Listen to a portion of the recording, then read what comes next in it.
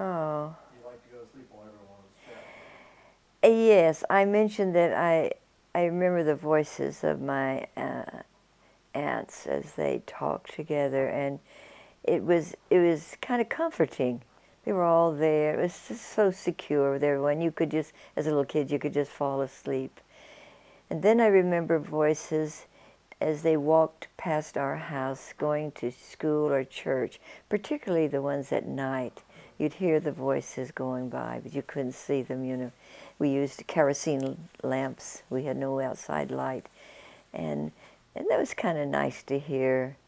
And then you hear the voices of John Raymond and Uncle Carl plowing down in the field below the house where they were yelling at their mules or horses, whatever they used. And we walked through we had paths that walked from one house to the next through the woods. And those were fun. I remember walking with Grandma Wallace. She wanted me to go over and visit old Grandma, let's see, Uncle Carl's parents were Panel. She wanted to go see Grandma Panel. And as we walked over, that was the first time I ever saw one of those great big, I mean, maybe 8-inch long centipedes that's black with the yellow legs and the red head. And yet, of course, we always watched out a little bit for snakes along there.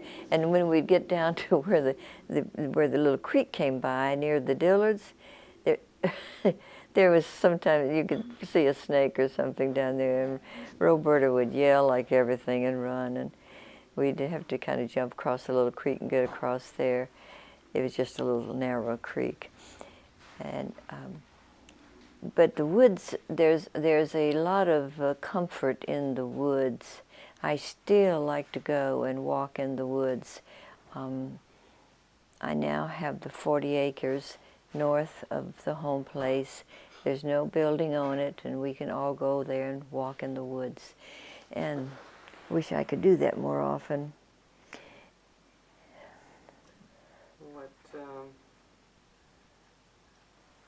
What is your first memory of big city life?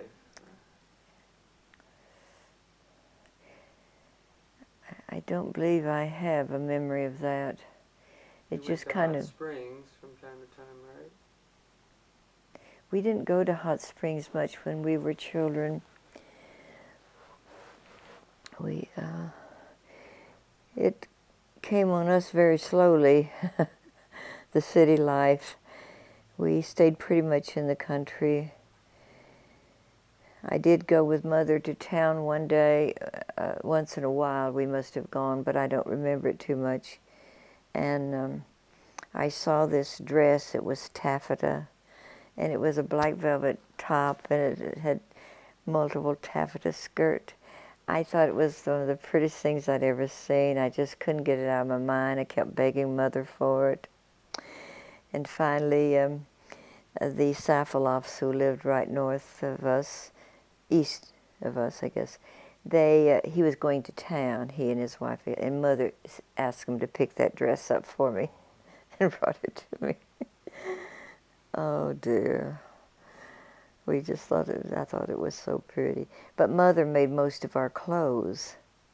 I made my first dress when I was 13 on Mother's sewing machine.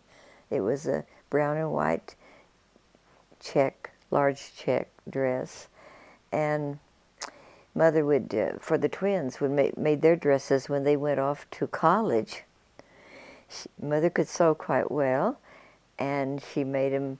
There'd be 2 of each hanging there. I can remember the room yet, the bedroom, where she'd hang them up in there as she'd make them and hang them. 2 of the lavender ones, 2 that were kind of a suit-like for church, and she just kept hanging, sewing and hanging.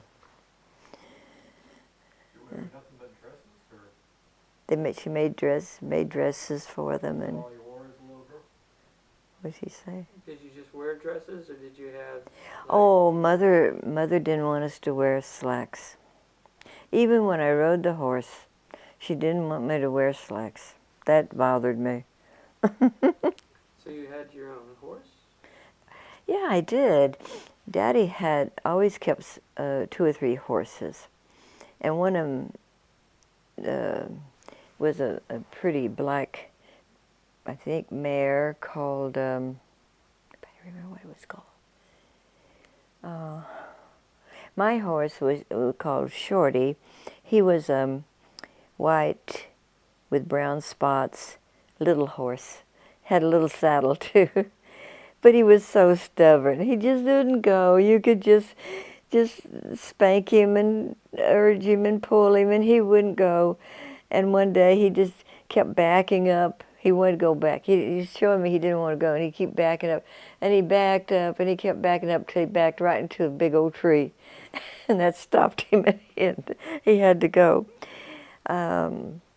I can't think what Daddy's horse name was. It'll come to me after a while.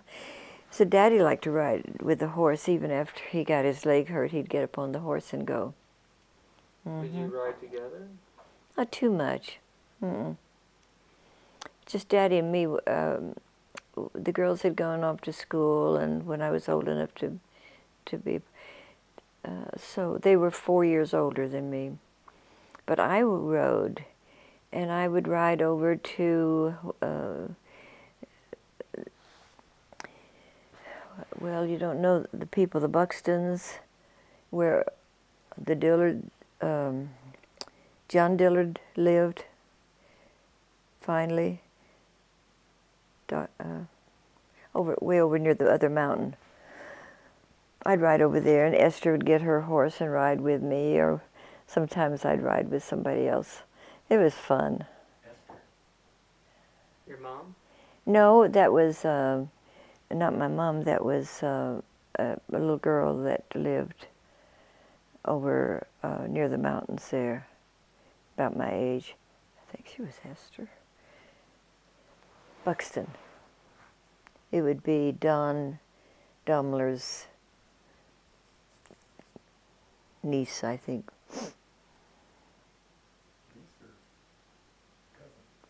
You know the Buxtons, they lived right where, you better cut this off.